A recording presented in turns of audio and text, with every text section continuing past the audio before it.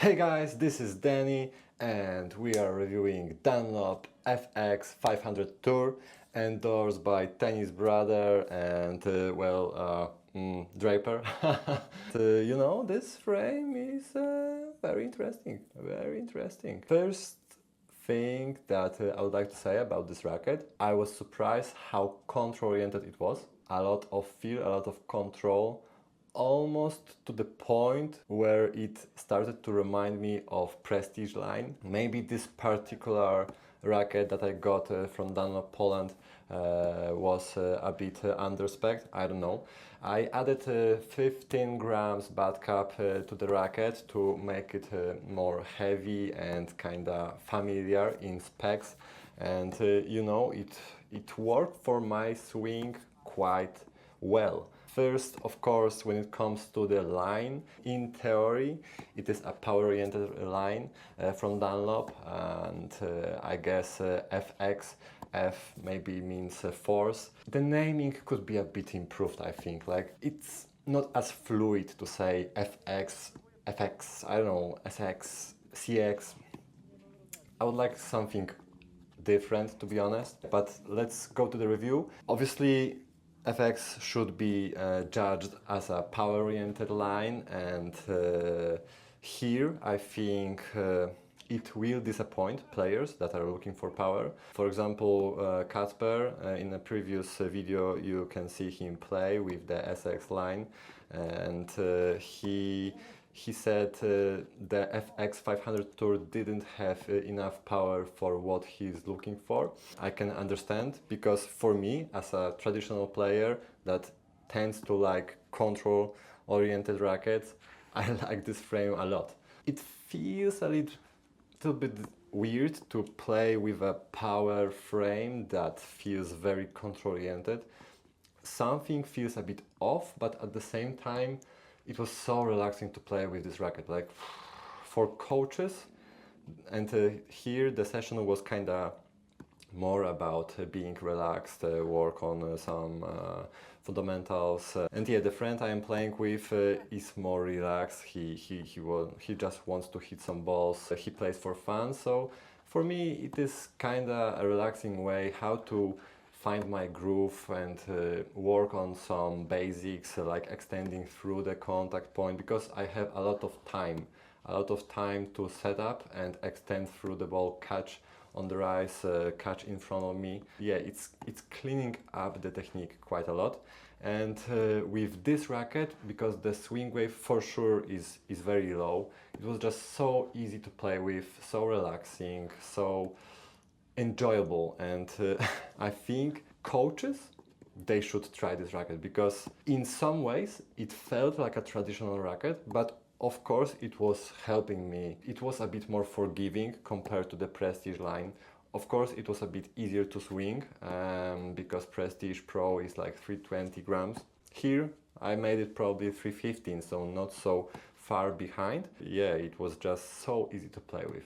Sometimes when I go too light in specs, my wrist is kinda moving too much during my take back, so I lose the sense of orientation of the racket in space. I take back and something happens here, and then I try to accelerate. Acceleration is a bit too fast, and I start to shank the ball, especially when I'm on the move and I try to kinda use the ball's speed against the opponent.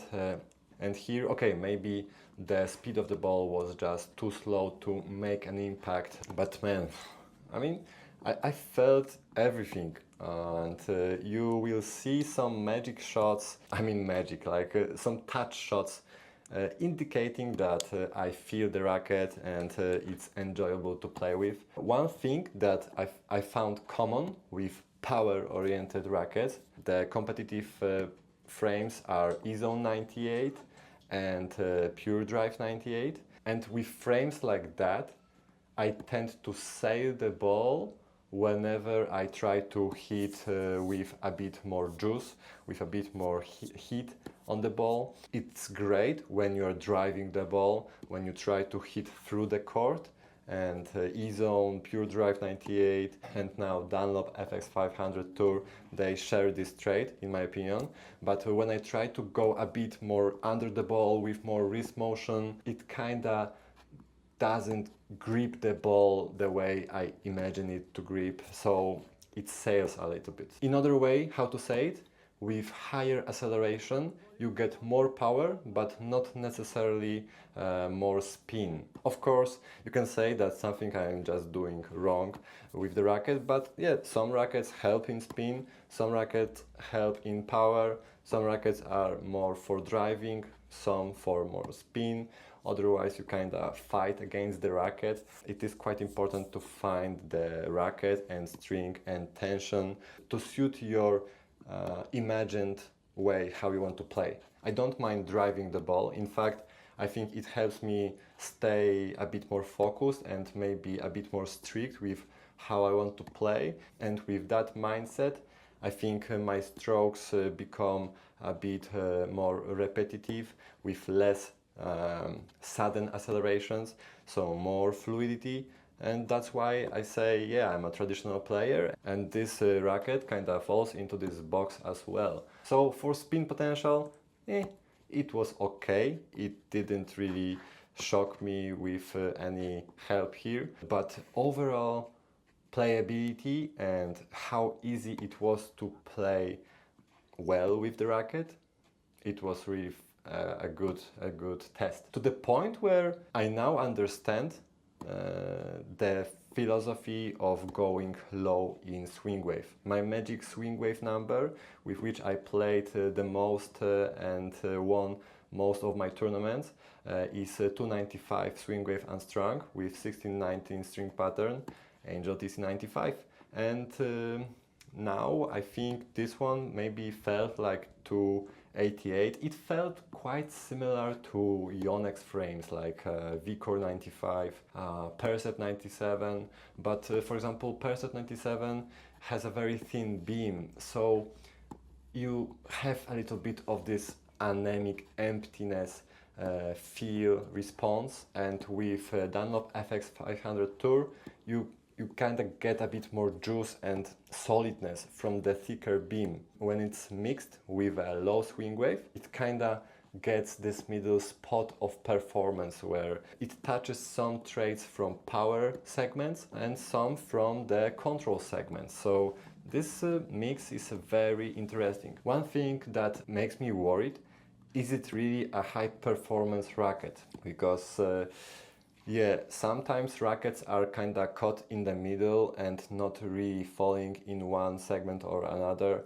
And yeah, it was a lot of fun to play with as a relaxed session. So that's why I mentioned coaches should really try this racket, because it was just so easy and fun to play with a lot of touch and help from the racket. But the help was just enough to kind of still keep it in a control-oriented rackets, but for high performance maybe I would start noticing some imperfections, like okay, I needed a bit more help here, or maybe a bit more control here, maybe a bit more swing wave to keep me a bit more solid, you know, things like that, small things. So when the pace of the game speeds up, you notice some differences and you need a bit more mass. And yeah, my friend Kacper, he went to the tournament with this frame he borrowed from me, and he noticed right away that the frame is quite anemic for what he needs. And definitely